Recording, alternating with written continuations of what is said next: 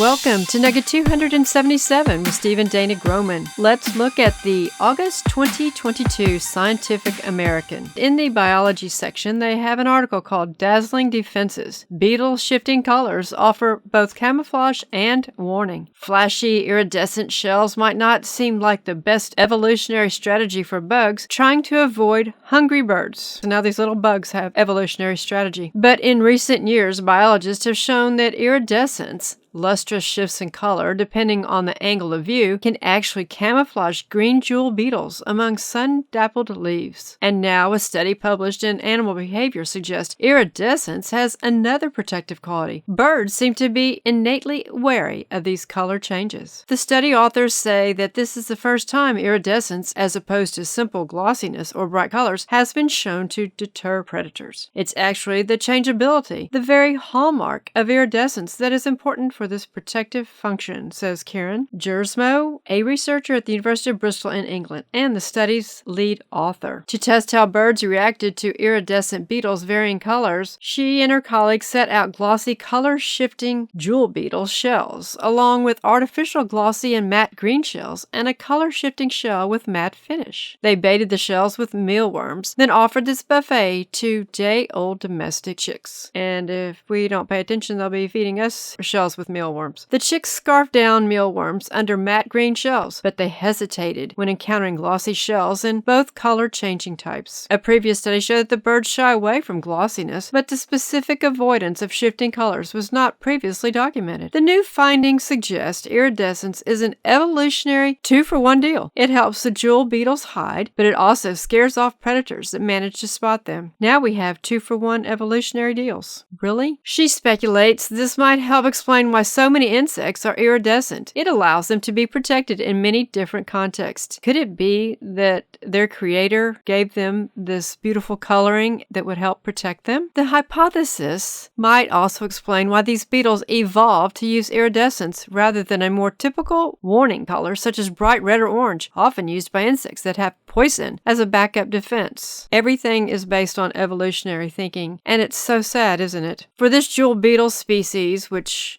we know there's no such thing as species as far as that term that they use. For this jewel beetle species, which does not have chemical defenses, the extra attention drawn by traditional warning colors might not be worth it. Better to blend in when possible. More research is needed to discern why iridescence frightens birds. Well, it might be interesting to know why that happens, but we know that the Lord instilled this and designed these creeping things to do just that. The beetles might be mimicking other iridescent insects that do have chemical defenses, the researchers suggest, or the changes might simply confuse predators. If a beetle's color shifts, a predator might not be able to classify it as safe or dangerous. Creationists, we know that these beetles didn't have some evolutionary strategy, and they didn't have an evolutionary two-for-one deal, and no hypothesis is going to explain why these beetles evolved to use iridescence. It's because their creator made them this way. They didn't evolve any of these aspects any more than this coconut buttercup treat evolved. In this example, it shows that if you just stick the word evolved in enough, even on a coconut buttercup,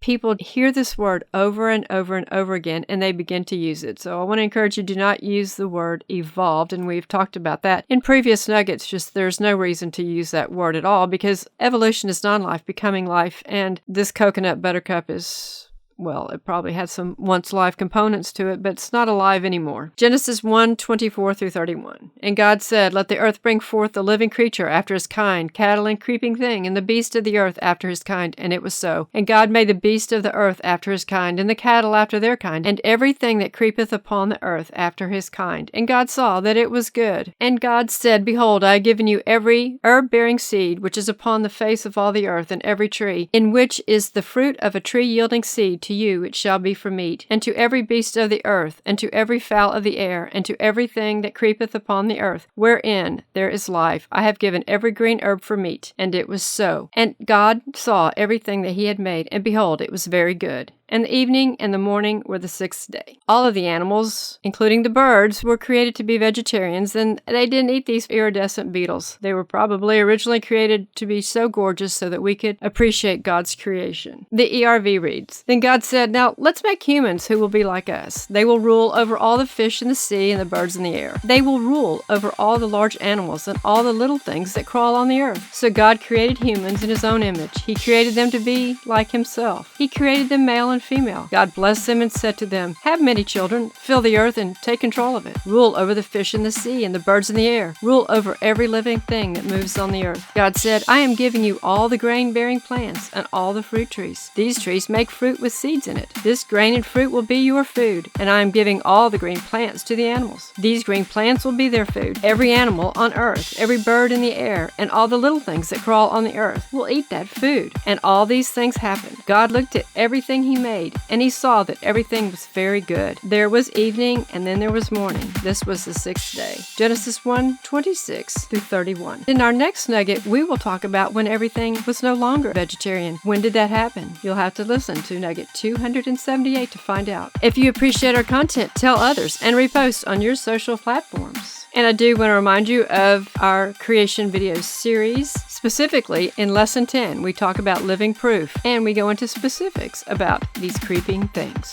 Thank you.